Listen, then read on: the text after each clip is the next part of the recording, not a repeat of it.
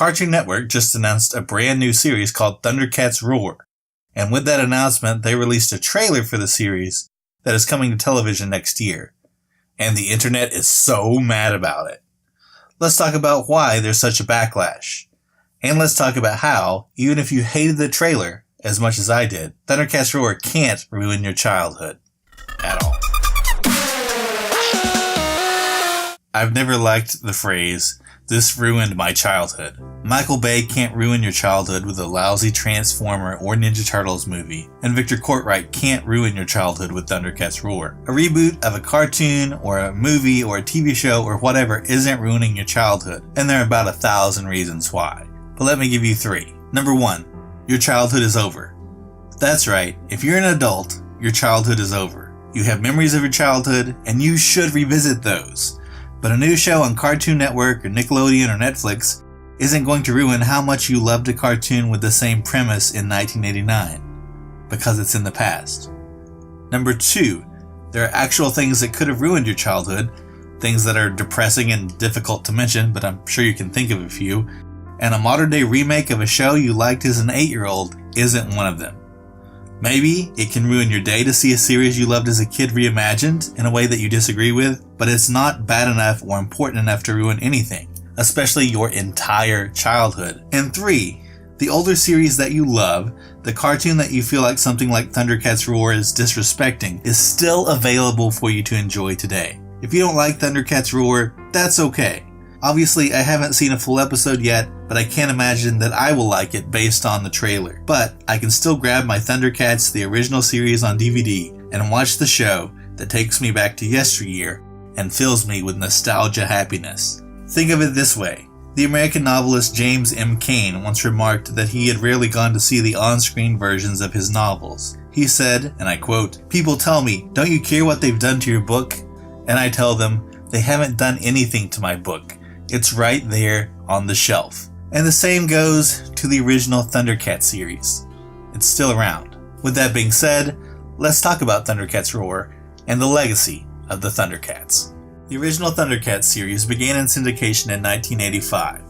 Television production company Rankin Bass, who brought us the holiday specials Rudolph and Frosty the Snowman, developed the cartoon. However, the animation was farmed out, so Thundercats had a large Japanese animation production behind it, with some very noteworthy figures involved. The series followed the Thundercats and their young leader Lion-O as they explored the world of Third Earth and encountered all sorts of characters, including the main villain, Mum-Ra. I think this series especially worked because it was equal parts science fiction and fantasy. The show was filled with spaceships and aliens and robotics, but also featured spells and a magic sword and occasionally unicorns. The show's writers could do anything.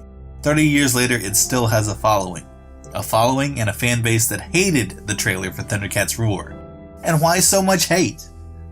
First, there's an obvious emphasis on comedy this time around.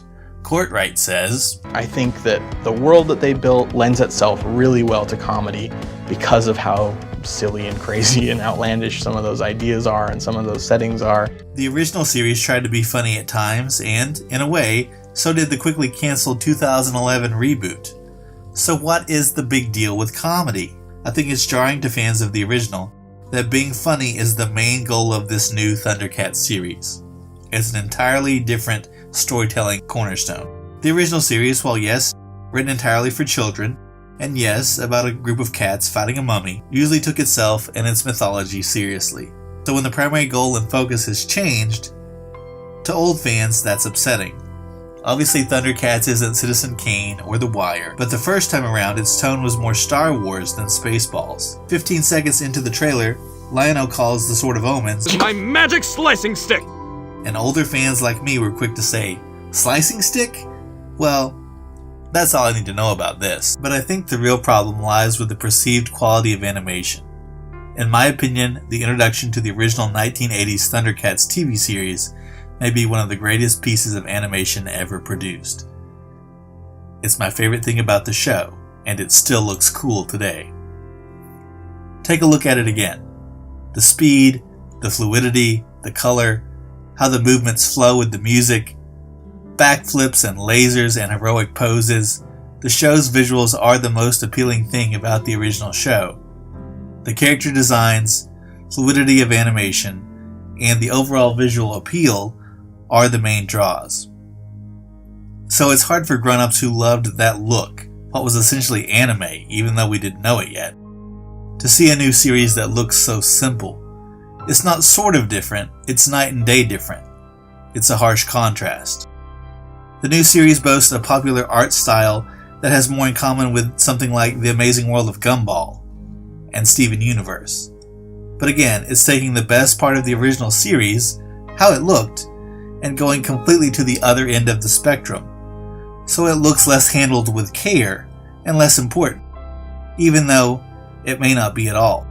It leaves grown-up fans that care about things like Thundercats too much in a silly but sincere level of disarray. Fans get that there's value in licensed properties and taking something from a previous generation and updating it for new, younger audiences. But when that reboot is perceived as bordering on disrespecting what made the original series so good, at least good through the lenses of nostalgia, that's worth taking issue over, even if it doesn't really matter in the whole scheme of things. Because you can't ruin someone's childhood with a new show focused on reaching an entirely different audience. You can't, but you can disrespect the legacy of a show they loved as a child. And it's okay to say, hey, it looks like you're making fun of this thing I love, even if you don't think so. But ultimately, like I said earlier, the original Thundercats series is still around. If Thundercats Roar bothers you, you can talk about it, you can rant about it, you can dislike it, but ultimately, I think you should give it a chance because it can't destroy your childhood.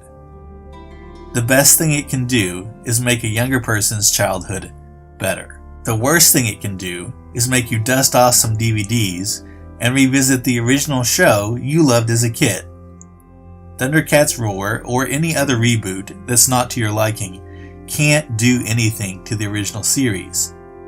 Whether in digital or physical form, the original Thundercats series is right there on the shelf, waiting for you. And you don't need sight beyond sight to see that. The truth is, in a duel, nobody wins. Thunder, thunder, thunder, Thundercats!